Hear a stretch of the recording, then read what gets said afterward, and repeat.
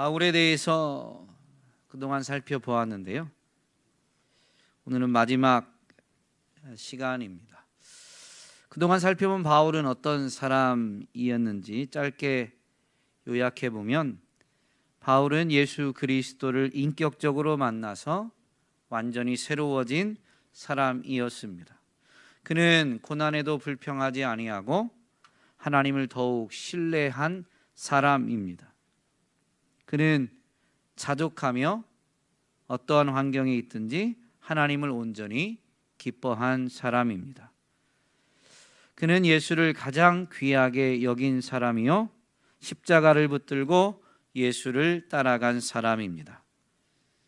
그는 차가운 머리와 뜨거운 가슴을 가진 사람으로 자기 지혜의 한계를 인정하여 그리스도를 알게 된 것에 감사하며 또한 더욱 알기를 소망한 사람입니다. 그는 확고한 믿음으로 분명한 삶의 원칙을 가진 사람이었으며, 선교 사역의 남다른, 즉 복음 전파의 남다른 열정을 가지고 오히려 사람을 존중하며 사람들과 동역한 사람입니다. 이러한 바울이 바울 될 수 있었던 원동력은 무엇일까요?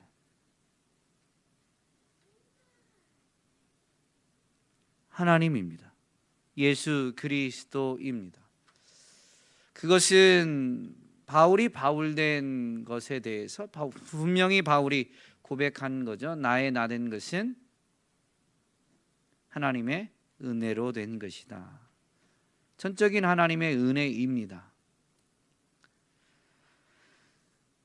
모든 사람들이 하나님의 은혜로 살아가는데, 그런데 다 모든 사람들이 바울처럼 사는 건 아니거든요. 그러면 바울이 바울된 이유, 즉 하나님의 은혜를 그만큼 받아 누릴 수 있었던 그 바울이 바울된 것은 바울에게서 찾아보면 무엇일까요?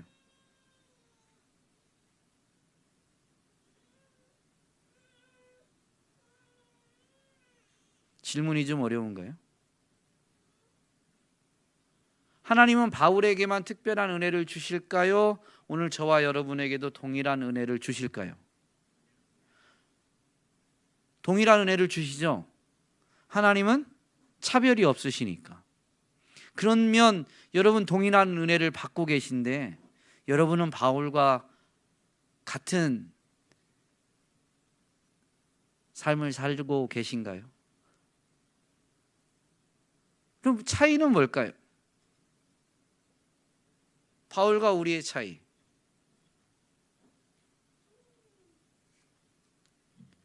믿음의 차이입니다.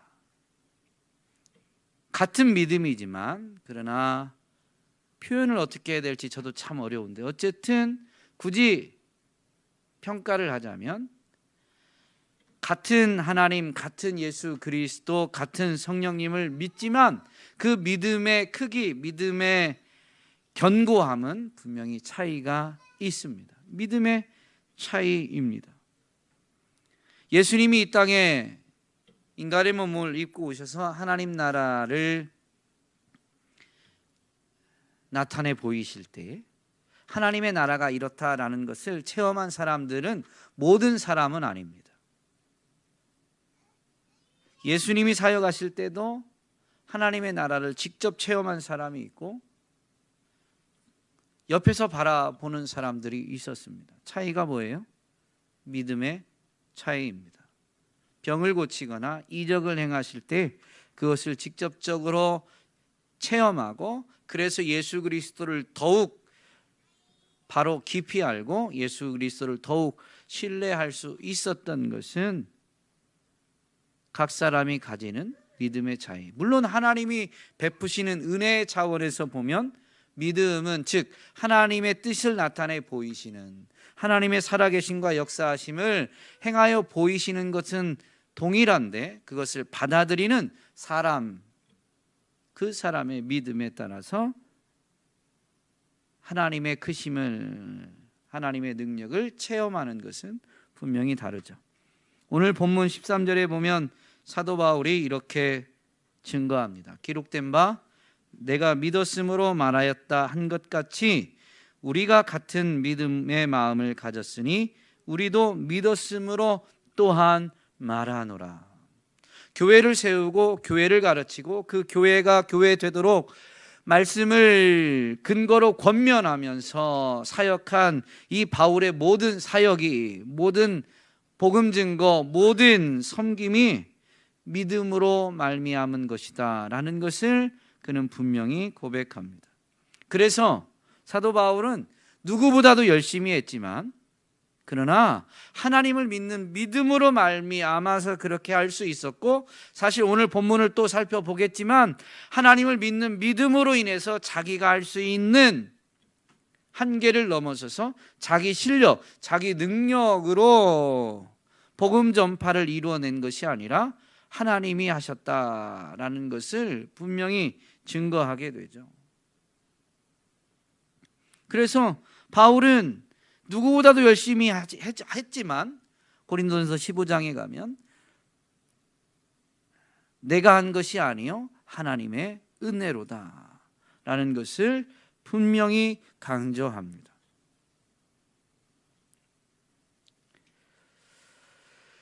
오늘 본문 13절에 내가 믿었으므로 말하였다 한 것 같이 라고 된 이 말씀은 기록된 바라고 되어 있죠. 즉 인용한 말씀입니다. 시편 116편 10절을 인용해서 이렇게 하고, 그래서 우리도 같은 믿음의 마음을 가졌고 그리고 우리도 그 믿음으로 말미암아 이렇게 교회에게 말씀을 전하는, 오늘 본문에는 그런 표현은 없지만 교회를 세우고 교회를 가르치는, 교회에게 말씀을 전하는 사도 바울은 말씀과 동떨어진 삶을 산 사람이 아니라 가르치는 말씀을 정말로 몸소 행한 사람이죠. 그래서 오늘 바울을 마지막으로 살펴보면서 말씀의 제목을 믿음은 말이 되고 믿음은 삶이 된다 라고 말씀 제목을 잡았습니다. 먼저 시편 말씀을 인용했는데요, 시편 116편의 저자가 내가 믿는 고로 말하리라, 이 개역 한글 번역입니다. 개역 한글에서 이렇게 표현합니다. 개역 개정에서는 이렇게 표현하지 않습니다. 어쨌든 이 히브리어를 문법에 따라서, 어법에 따라서 해석하는 게 조금 차이가 있다 보니까 우리말로는 조금 다르게 번역될 수 있는데, 개역 한글에서는 분명히 시 116편 10절 말씀을 내가 믿는 고로 말하리라, 내가 큰 곤란을 당하였도다 라고 번역하고 있습니다. 시편 저자가 믿음으로, 믿는 고로, 믿음으로 말하는데 고난을 당했다라는 거예요. 그러니까 이 10절 말씀만 보면 믿음을 가지고 지금 말하는 게 뭐냐면 나 고난 받았어 이 얘기잖아요.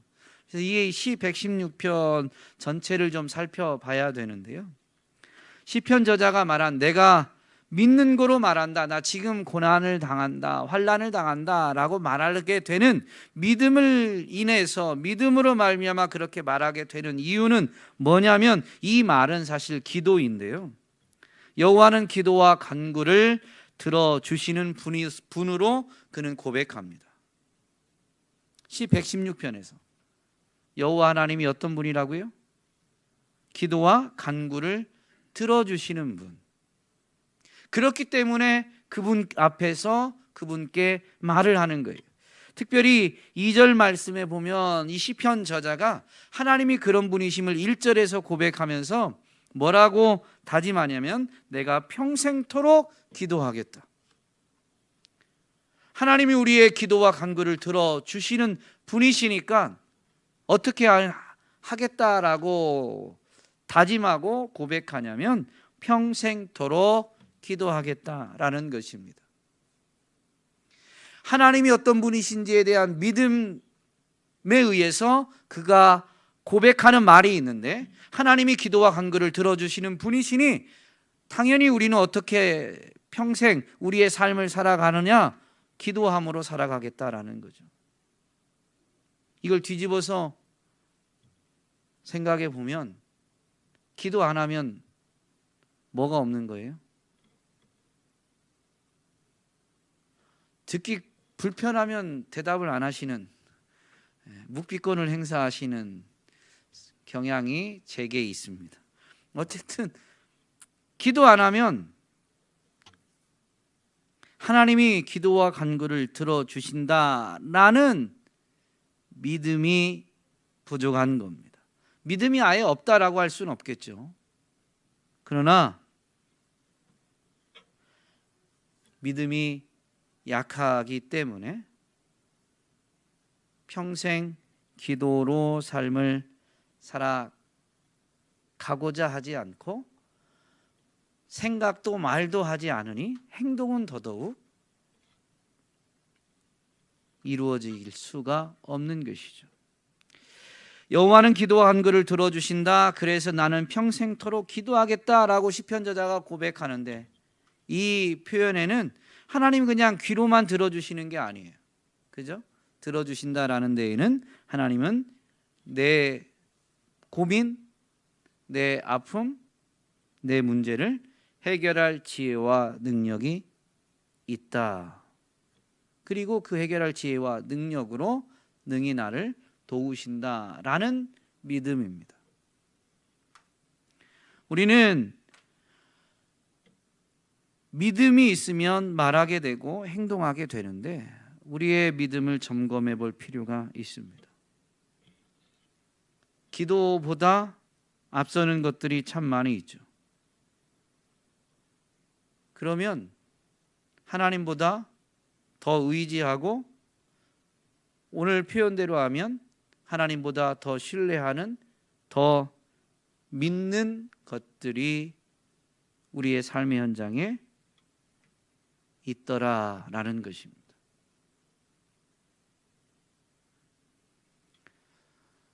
이스라엘 백성들을 향해서 선지자가 보내어지면 끊임없이 죄를 지적하고 회개를 촉구하는데, 선지자들이 지적한 죄가 뭘까요?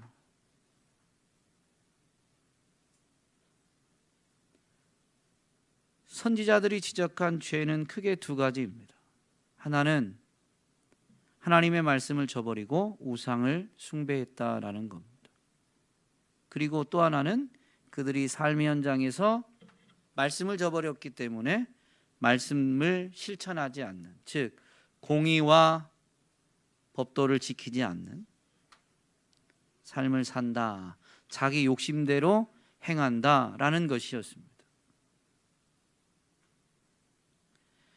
우상을 숭배한다라는 것, 우리가 주일날 주부에서 교리문답할 때 되새긴 것처럼 하나님 대신이나 또는 하나님과 동등한 자리에 다른 것을 놓는 그 모든 것이 우상이다라는 것을 분명히 되새기게 됩니다. 우리가 하나님을 완전히 부인하는 건 아니에요. 그런데 삶을 살면서 하나님을 가장 신뢰하고 가장 의지하지 않는다면 우리는 하나님도 섬기고 바알도 섬기는 것과 크게 다르지 않은 것입니다.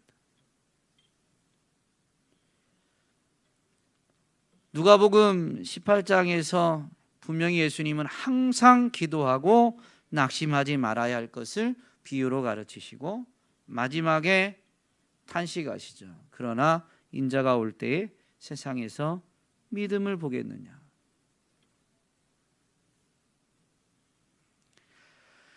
정말로 하나님 나라 백성, 그리스도인이라면 항상 기도하고 낙심하지 말아야 돼요.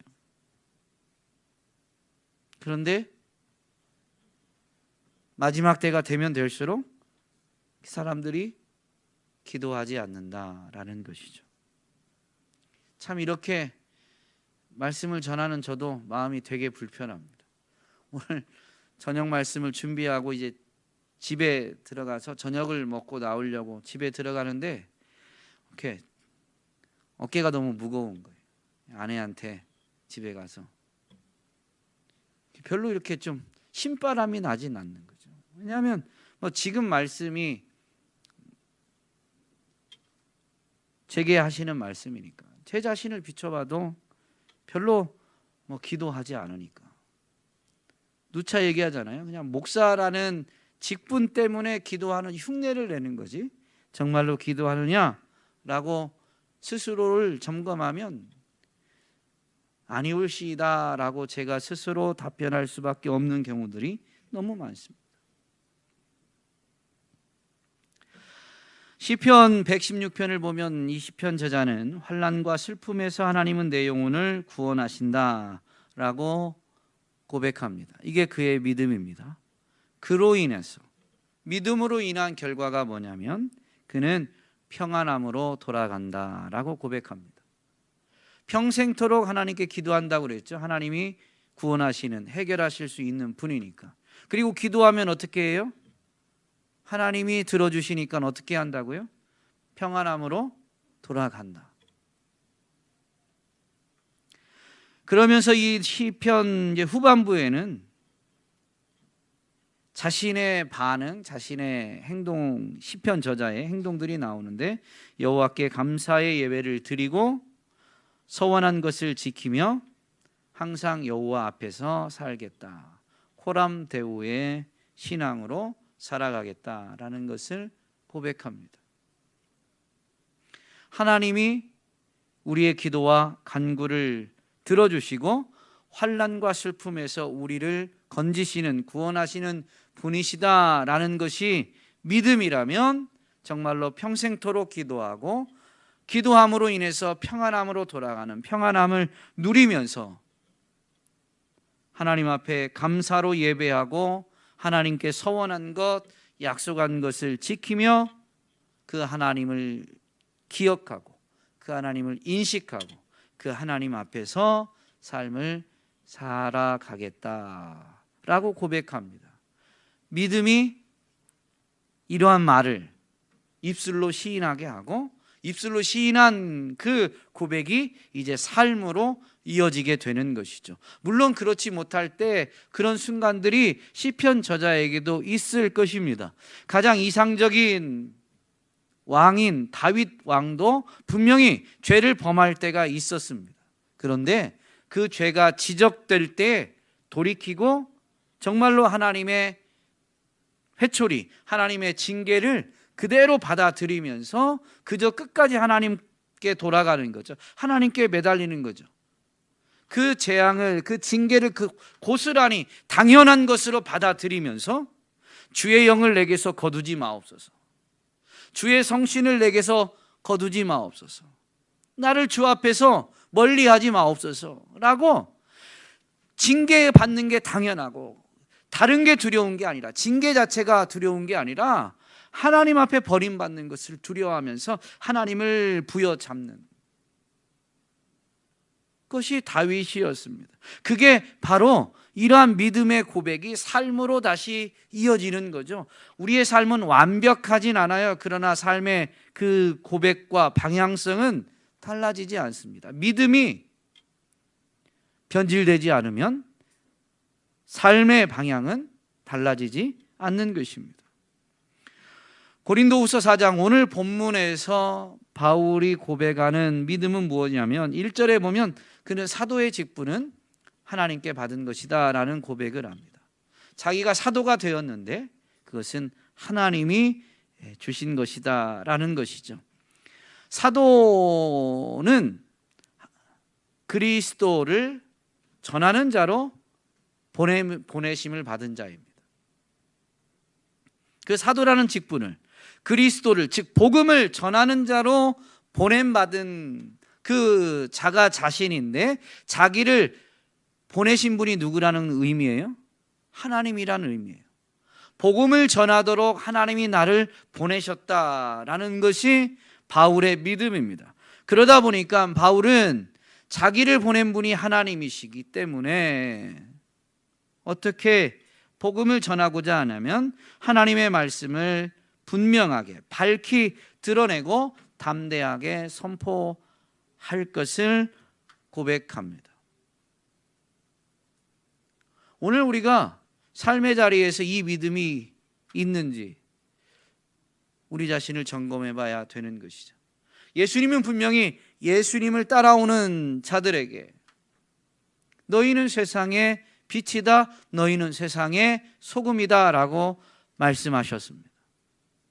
그리고 자기에게 오신 온 자들을 주일날 말씀을 또 살펴보긴 하겠지만 참 제가 이럴 때 전율이 느껴져요.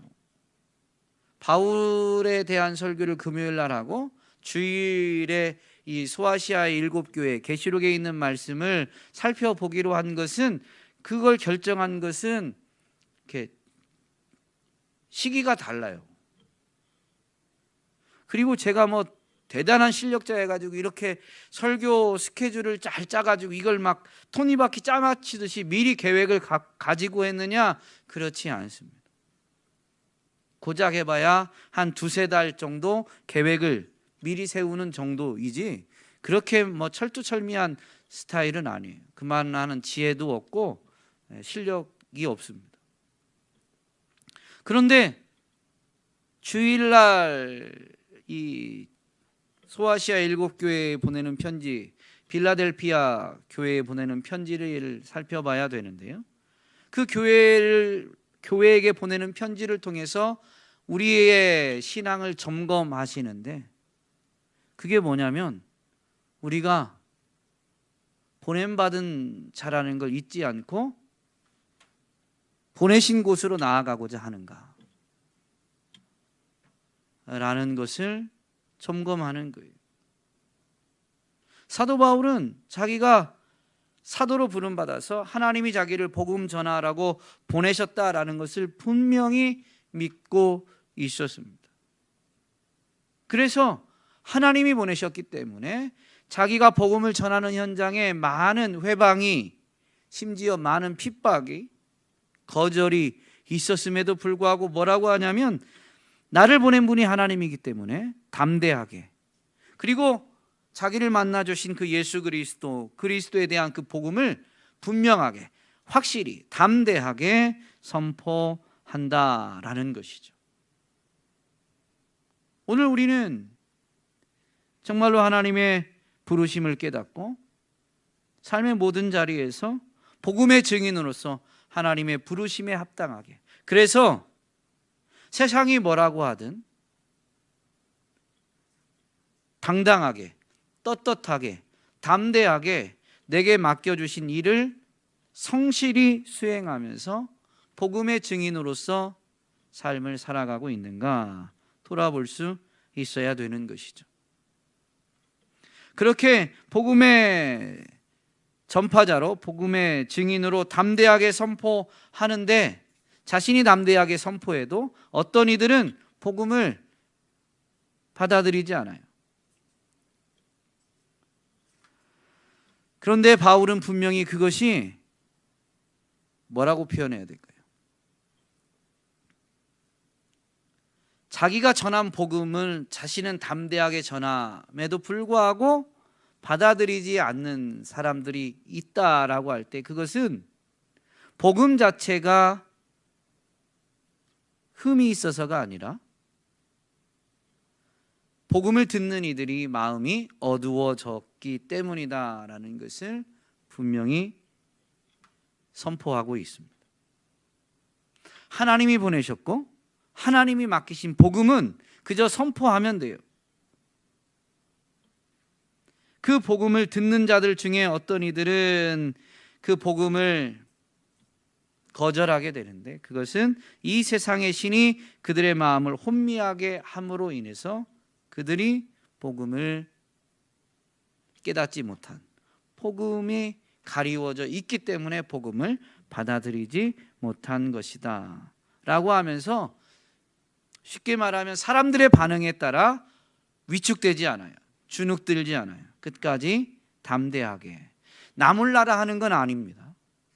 복음에 대한 자세예요.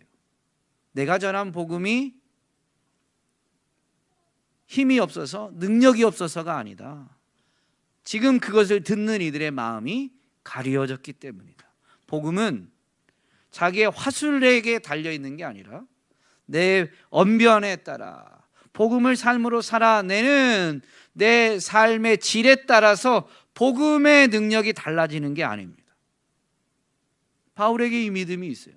물론 바울은 사람들 중에서는, 그리스도인들 중에서는 복음을 삶으로 살아내는 완성도라고 표현을 해야 될까요? 예수님을 닮는 데 있어서 그래도 굉장히 탁월한 분이죠.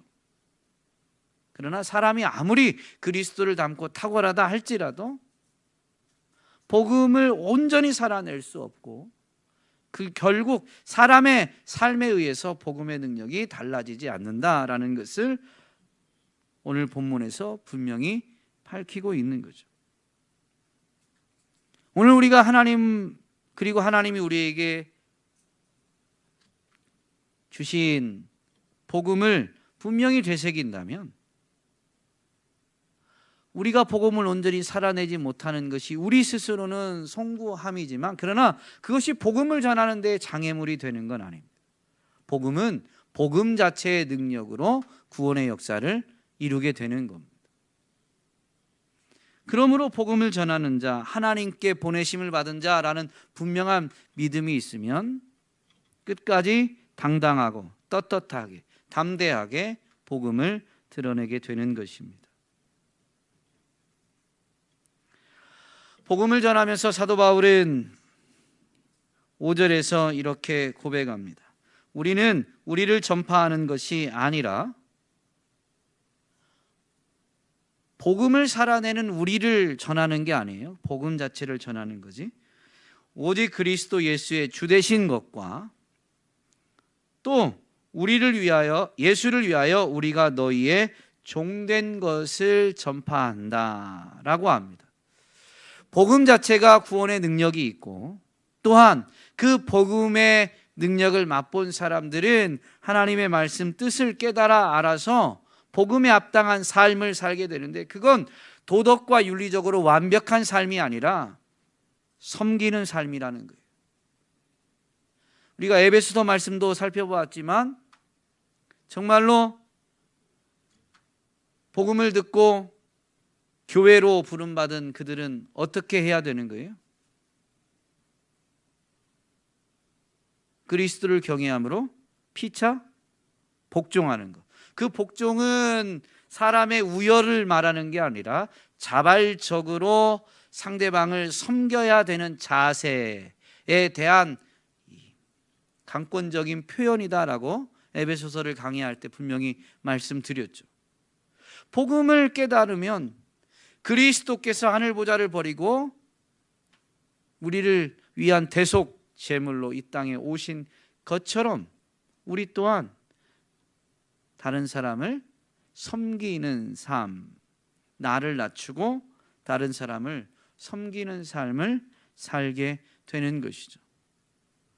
바울은 자신의 도덕 윤리적인 관점에서의 완벽함을 말하는 게 아니라 때로는 교회와의 갈등이 있죠. 교회 문제 때문에 교회를 권면하다가 마땅히 교회다운 모습이 아닌 모습이 너무 적나라하게 드러났을 때에는 분노하면서 교회를 책망하다 보니까 고린도 교회와 바울은 조금 껄끄러운 갈등이 생기는 경우들도 있었습니다. 그렇지만 그렇다고 해서 바울이 자신은 완벽한데 니네 왜 이렇게 못하냐라는 차원에서 책망한 게 아니라 복음을 정말로 받았고 그리고 복음에 합당한 삶을 산다면 그렇게 하면 안 되기 때문에 강권적으로 권면하게 된 거죠. 그러면서도 바울은 분명히 자신이 교회의 종임을, 그리스도의 종으로서 교회를 섬기고 있다라는 것을 분명히 합니다. 그 자세를 바꾸지 않죠. 지금도 바울은 분명히 예수 그리스도가 주시다라는 복음을 전함과 동시에 자신들은 복음을 받은 자로서 바로 교회를 섬기는 자들이다라는 것을 분명히 고백하고 있습니다. 오늘 이 표현을 통해서 우리는 정말로 복음을 붙들고 있는가? 복음을 온전히 믿음으로 붙들고 있는가? 그리고 우리는 그것을 어떻게 점검할 수 있냐면, 그래서 우리는 섬기는 삶을 살아가고자 하는가? 세상은 자꾸 존경받고 대우받고 위에 군림하려고 하지만, 복음을 체험한 사람들은 자꾸 낮아지는 거죠. 스스로를 낮춰서 종이 되고자 하는 것입니다. 누구도 신분적으로 종이라고 하지 않는데 자발적으로 낮춰서 종이 되고자 하는, 그 노예가 아니라 자발적으로 섬기는 자가 되고자 한다라는 것이죠. 바울은 복음을 분명히 붙들고 있었기 때문에 자발적으로 종이 되고자 하였습니다. 바울의 이 증거를 보면 자신이 그렇게 할 수 있었던 것, 복음을 깨달을 수 있었던 것, 아니 그리고 교회가 복음을 깨닫는 그것은 전적인 하나님의 은혜다라는 것을 분명히 합니다. 6절에 보니까 어두운 데에 빛이 비치라 말씀하셨던 그 하나님께서 예수 그리스도의 얼굴에 있는 하나님의 영광을 아는 빛을 우리 마음에 비추셨느니라. 예수 그리스도가 주시다라는 이 복음을 깨닫게 된 것은 그리스도의 이 얼굴에 있는 그 하나님의 영광의 빛을 우리에게 비춰주셔서 그리스도에 대해서 바로 알게 해주셨다라는 의미입니다. 이 주다라는 표현이 뭐예요? 그냥 단어적인 의미로 하면 우리의 주인, 우리의 왕이다라는 표현이기도 하지만, 이 주라는 단어는 여호와를 대신하는 호칭이기도 하죠. 그러니까 예수 그리스도가 주시다라는 이 고백에는 놀라운 신학적인 의미가 있습니다.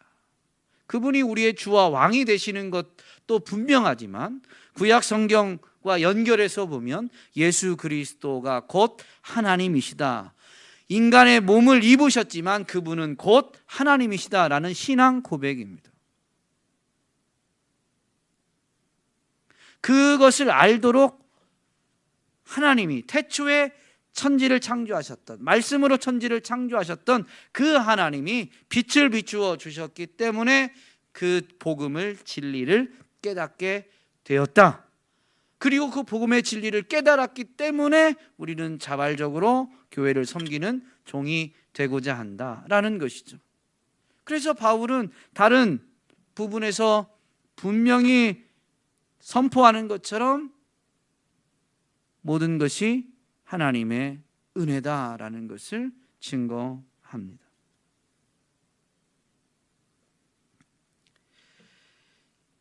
그리스도가 우리의 주 되심을, 예수 그리스도가 주가 되심을 깨닫게 되었는데, 그 예수 그리스도를 이제 믿는 자들은 어떤 은혜를 입느냐? 7절입니다. 우리가 이 보배를 질그릇에 가졌으니, 예수 그리스도가 보배예요. 우리는 질그릇이고, 즉 우리는 연약하고 예수 그리스도는 보배이시죠. 그런데 질그릇에 그리스도, 예수 그리스도를, 보배를 가졌는데 7절 후반부에 보면 이렇게 되어 있습니다. 이는 심히 큰 능력은 하나님께 있고 우리에게 있지 아니함을 알게 하려 합니다. 이제 그리스도가 우리 안에 계세요. 질그릇인 우리 안에. 이제 우리는 그리스도와 함께 살아가게 됩니다. 그리스도와 함께 살 때 그 그리스도인들은 어떤 것을 체험하느냐? 하나님의 능력으로 믿음의 길을 걸어가는 것을 체험하게 돼요. 그런데 우리 안에 있는 보배가 누구라고요? 예수 그리스도. 그런데 보배를 질그릇에 가진, 연약한 질그릇, 깨지기 쉬운 질그릇인 우리인데 능력 있는 삶을 살게 돼요. 믿음의 길을 온전히 걸어가는 능력을 받게 되죠. 이것을 통해서 복음의 진리를 하나님이 깨닫게 해 주셔서 우리로 하여금 그리스도와 함께 삶을 살 때 능력은 우리에게 있는 게 아니라 누구에게 있다고요? 문자적으로 보면 그리스도께 있다라는 걸 알아야 되는데 예수 그리스도께 있는 게 아니라 누구에게 있다고요? 하나님께. 이 6절과 연결해서 보면 바로 정말로 예수 그리스도의 주되심, 예수 그리스도가 하나님이시다 라는 것을 깨닫는 사람은 그분과 함께, 그분과 동행하는 삶을 살게 되고, 그래서 그분에게 능력이 있다라는 것을 분명히 체험하게 된다라는 고백입니다. 여러분, 우리는 예수 그리스도를 주로 고백합니다. 그게 우리의 신앙 고백이죠. 근데 우리가 정말로 예수가 그리스도시고 주가 되신다, 주시다라는 것을 정말로 믿고 있느냐? 한번 우리 자신을 점검해야 됩니다. 믿음으로 말을 해야 되는데 학습해서 말을 하는 건 아닌가 한번 생각해 봐야 되는 것이죠. 믿음이라면 우리의 믿음 약함을 불쌍히 긍휼히 여겨 주시기를 기도해야 돼요. 그래서 정말로 우리도 바울과 같은, 왜냐하면 하나님은 동일한 은혜를 베풀어 주시니까 우리의 믿음이 더욱 확고해져서 견고해져서 사도 바울과 같은 믿음으로 우리도 삶에서 우리에게 능력이 있는 것이 아니라 하나님께 능력이 있다. 즉 우리의 실력으로 삶을 살아가지 않고 하나님이 부어주시는, 베풀어 주시는 은혜, 그 하나님의 능력으로 이 세상에서 믿음의 길을 걸어가는 삶을 살아낼 수 있어야 되죠. 살아낼 수 있습니다. 오늘 분위기가 굉장히 무겁네요. 우리 자신을 자꾸 점검하려니까 그런데요, 그럼에도 불구하고 우리의 믿음 약함을 우리는 주님께 아뢰면서 정말로 이 사도 바울과 같은 믿음, 우리의 믿음이 더욱 견고해질 수 있도록 도와달라고 분명히 기도할 수 있어야 되죠. 능력이 하나님께 있음을 알게 되면 어떻게 되냐면요, 8절 9절에 보니까 사방으로 우겨쌈을 당하여도 쌓이지 아니하고 답답한 일을 당하여도 낙심하지 아니하며 박해를 받아도 버림받지 아니하며 거꾸로 뜨림을 당하여도 망하지 않는다. 지금 8절 9절에 있는 표현을 보면 뭐라고 해야 될까요? 우리가 좋아할 만한 건 하나도 없어요. 그러나 정말로 예수 그리스도 보배이신 그분을 우리 마음에 모셨으면 어떻게 된다고요? 그분이 주가 되심을 분명히 믿으면 어떻게 된다고요? 쌓이지 않습니다. 낙심하지 않습니다. 결코 버림받지 않습니다. 박해를 받아요. 예수 믿는다는 이유로 박해를 받습니다. 손해를 보고 핍박을 받습니다마는 그것이 우리가 버림받은 결과가 아니에요. 세상과 다르다는 분명한 증거지. 그래서 박해를 받아도 버림받지 않음을 분명히 고백하고, 그래서 낙심하지 않게 됩니다. 거꾸로 뜨림을 당하여도 그게 망한 게 아니에요. 하나님은 우리 영혼을 지키시고 또한 여기서도 능히 건지시려니와 그리 아니하실지라도 하나님은 하나님이시기 때문에 낙심하지 않게 되는 것이죠. 토요일 성경 공부하는 모임에서 어떤 분이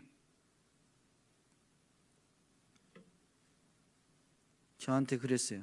목사님, 메시지가 강하신데 복 받는 설교도 좀 하시라고 이렇게 얘기하셨는데요, 성경이 이렇게 쓰여 있어요.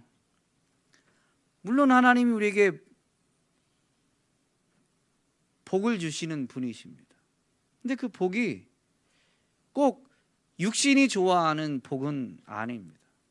육신을 위한 것도 주실 수 있지만 그게 꼭은 아니에요. 우리 영혼을 분명히 지키십니다. 그래서 이 보배를 가진, 그래서 우리 능력이 아니라 하나님의 능력으로 살아감을 아는, 분명히 이것을 믿는 사도 바울은 뭐라고 고백하냐면요, 10절에 보니까 우리가 항상 예수의 죽음을 몸에 짊어짐은 예수의 생명이 또한 우리 몸에 나타나게 하려 함이다. 당한 일은 낙심하고 절망하고 사망의 그늘에서 신음해야 맞아요. 그걸 짊어진다는 거예요. 자발적으로 고난의 길을 걷는 거죠. 사도 바울, 그동안 우리가 살펴본 것처럼 복음 전하기 위해서 자기 앞에 결박이, 핍박이 기다린다고 성령에 감동된 사람이 예언해 줘도 그럼에도 불구하고 자기 생명을 귀한 것으로 여기지 않고 자기 앞에 그것이 놓여 있어도 그 길을 어떻게 간다고요? 걸어간다는 거예요. 왜요? 그 믿음의 고백이에요. 내 실력으로, 내 힘으로 그 길을 걸어가는 게 아니니까. 도리어 이 연약한 육체에 그 죽음을 짊어지면 예수, 우리 안에 있는 보배이신 예수가 생명이다라는 것이 증거가 돼요. 그 길을 걸어가는데 바울은 울며 갔을까요? 찬송하며 갔을까요?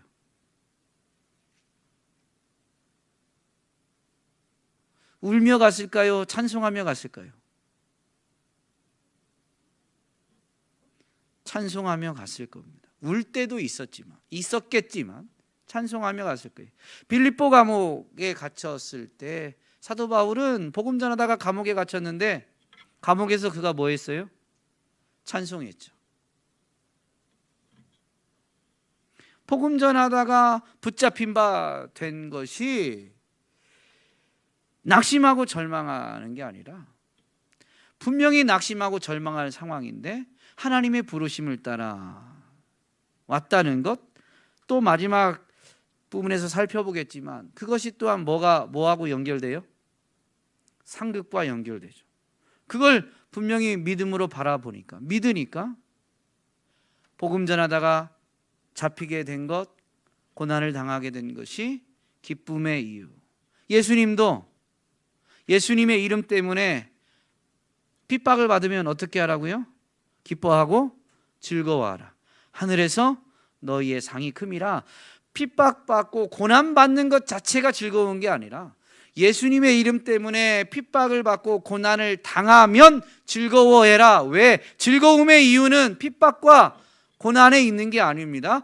예수님의 이름을 위하여 핍박과 고난을 받을 때에는 하늘에서 상급이 크기 때문에 하늘 상급을 믿음으로 바라보면서 기뻐하고 즐거워하는 것이죠. 정말로 사도 바울은 믿음으로 말했고 믿음으로 삶을 살았습니다. 그런 순간에 정말로 기뻐했다라는 것이죠. 14절 말씀해 보니까 그의 믿음의 고백이 분명히 나오죠. 주 예수를 다시 살리시니가 예수와 함께 우리도 다시 살리사 너희와 함께 그 앞에 서게 하실 줄을 아노라. 우리가 죽는다고 해도 예수 그리스도와 함께 우리를 살리실 것이고, 그리고 살아난 우리는 그리스도 앞에 서게 된다. 근데 그리스도 앞에 서서 뭐예요? 디모데후서 4장 7절 8절에 보니까 바울의 신앙 고백이죠. 나는 선한 싸움을 싸우고 나의 달려갈 길을 마치고 믿음을 지켰으니 이제 후로는 나를 위하여 의의 면류관이 예비되었으므로 주 곧 의로우신 재판장이 그날에 내게 주실 것이며 내게만 아니라 주의 나타나심을 사모하는 모든 자에게 도니라. 그럼 이 신앙 고백만 놓고 보면 오늘 우리는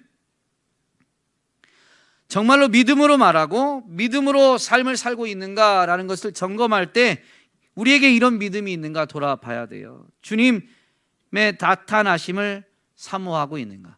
주님 분명히 다시 오신다라고 약속하셨으니 정말로 주님 분명히 다시 오실 것이고 우리는 그날을 정말로 사모하고 있는가라는 것이죠. 예수 그리스도를 믿지 않는 사람들에게도 당신은 영원히 삽니까? 언젠가는 죽습니까? 질문하면 분명히 죽는다고 답변을 합니다. 그 지식 자체가 믿음이 아니에요. 우리는 분명히 이 땅에서 생을 마감하게 되어 있어요. 그래서 주님을 만나게 되어 있어요. 주님 앞에 서게 되어 있다라는 것이죠. 그런데 그날을 사모하고 준비하고 있느냐라는 거죠. 우리가 이 땅에서 영원히 살지 않고 죽음을 당한다, 그리고 주님 앞에 선다라는 것을 아는 것과 그것을 사모하고 준비하는 것은 조금 다릅니다. 근데 진짜 믿음은 뭐냐면 주님 분명히 다시 오신다. 우리는 분명히 주님 앞에 선다. 그러니 그날을 준비하자. 주님을 만난다는 것 때문에 그날을 사모하고 준비하는 것이 진정한 믿음인 것이죠. 여러분에게 주님이 면류관을 예비하고 계심을 믿으십니까? 여러분, 면류관이 뭐예요? 이거 전에도 한번 성경 공부할 때였는지 설교할 때였는지 저도 머리가 나빠가지고 기억을 못 하는데요, 얘기하긴 했었어요. 면류관이 뭐예요?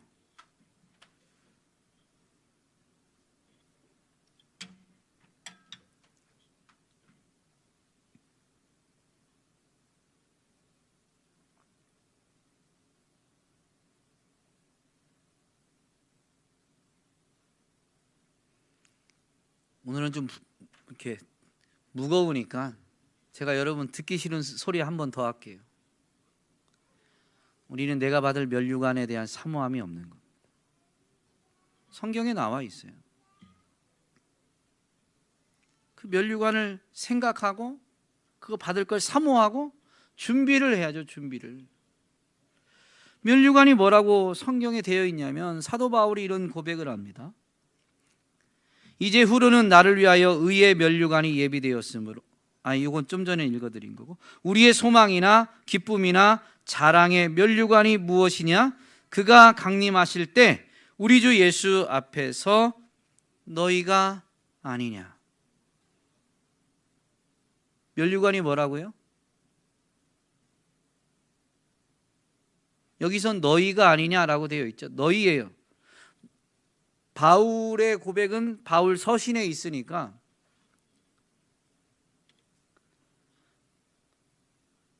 오늘 본문과 연결해서 보면 바울은 뭘 전파했냐면 예수 그리스도의 주 되신 것과 또 뭐를 전파했어요?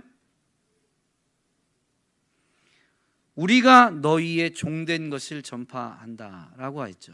자발적으로 성도를 섬기는 종이 된 것을 그는 삶으로 입술로 분명히 증언했습니다. 너희는 뭐냐면요, 그리스도의 이름으로 그리스도를 위해서 섬기는 사람입니다. 그게 너희인데 그게 뭐라고요? 면류관이에요. 이것이 깨달아지고 이것이 믿어져서 이것이 보여지면 여러분, 종이 되는 건 주님의 명령이라 무거운 게 아니에요. 영원한 면류관, 영원한 상급이 될 거예요. 오늘 예수 그리스도의 이름으로 옆 사람 한번 보시죠. 기도회 끝나고 집사님 오늘 집사님 기도도 하셨겠지만 교회를 위해, 나라를 위해, 복음 전파, 선교를 위해 기도하니라고 목이 많이 마르시죠. 여기 밑에 가면 GS 있는데 음료수 제가 한 잔 대접하겠습니다 해서 음료수 한 잔 대접하면 여러분, 당신의 그 섬김이 면류관이 되는 겁니다. 주님이 마태복음에서는 분명히 뭐라고 하냐면 주의 이름으로 소자에게 냉수 한 그릇 베푼 것도 결단코 상을 잃지 아니하리라. 우리의 면류관은 뭐냐면요, 우리가 섬기는 사람들, 그 섬김이 우리에게 면류관이 되어지는 것이죠. 빌립보서 4장 1절에서도 동일한 고백을 합니다. 그러므로 나의 사랑하고 사모하는 형제들, 나의 기쁨이요 면류관인 사랑하는 자들아, 이와 같이 주 안에 서라. 안 믿는 사람만 그리스도께로 데려오는 것이 면류관이 아닙니다. 그것도 면류관이지만 이미 그리스도를 믿는 사람들, 그들이 주 안에서 더욱 견고히 서도록 그들을 섬기는 것도 다 면류관이 되는 거예요. 그래서 사도 바울은 교회에게, 성도들에게 나의 사랑하고 사모하는 형제들, 나의 기쁨이요 면류관인 사랑하는 자들이라고 부르면서, 그렇게 편지하면서 그들을 세우고자 했던 뜻을 분명히 나타내죠. 이와 같이 주 안에서 서라. 누군가가 힘들어하고 믿음이 흔들릴 때 다가가서 손을 잡아주고, 집사님 힘내세요, 제가 기도하고 있습니다 라고 하고 정말로 기도한다면 그 고백과 그 기도는 한 성도를 주 안에 굳건하게 세우는 재료가 되고, 그것은 헌신한 그분에게는 면류관이 되어지는 거죠. 그러면 이 분명한 믿음이 있으면 옆 사람 한번 보세요. 부부지간에는 더 좋아요. 자연스럽게 되잖아요.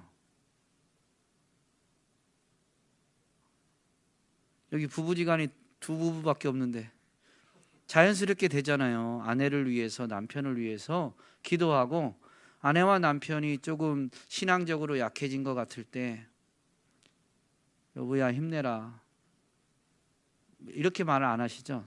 저는 아내한테 이렇게 목사가 격조가 없어서. 우리 성도님들 중에는 부부간에도 상호 존중하면서 이렇게 존칭, 존어를 쓰시는 분들도 있더라고요. 참 보기 아름다워서 제가 본받으려고 해봤거든요. 그런데 평생 안 하던 거 하려니까 막 제가 스스로 어색해가지고 쉽게 안 바뀌는데, 너무 보기 아름다워요. 이 배우자에게 뭐라고 호칭하는지는 제가 잘 모르지만, 여보야, 여보님, 제가 기도할 테니까 힘내세요. 여보님, 영이 살아야 되는데 이제 같이 기도해요. 그리고 남편이 기도 안 할 수도 있어요. 아내가 기도 안, 여기 오신 분들은 기도하러 오셨으니까 이렇게 자신 있게 얘기합니다. 안 할 수도 있어요. 그러나 같이 기도해요 하고, 남편이 같이 안 해도 내가 먼저 기도하는 거죠. 그러면 그게 뭐라고요? 면류관이 됩니다. 여러분, 주일날 살펴보겠는데 미리 조금 말씀드리면, 예수님이 제자들을 보내십니다. 전도하라고 보내시죠? 처음 들어요? 전도하라고 보내세요. 그리고 어느 마을에 들어가서 전도를 하는데, 이제 그들이 그 전도하는 지역에서 거점을 삼을 만한 집을 찾아 들어가요. 그러면 제일 먼저 뭐라고 해요? 뭐 하라고 주님이 명령해요? 평안하라, 이 집이 평안할지어다 라고 이렇게 선포하라고 합니다. 그런데 그 집이 평안을 받을 만하면 축복한 그 평안이 그 집에 임하게 되고, 그 집이 그것을 받을 만하지 못하다, 그 얘기는 뭐예요?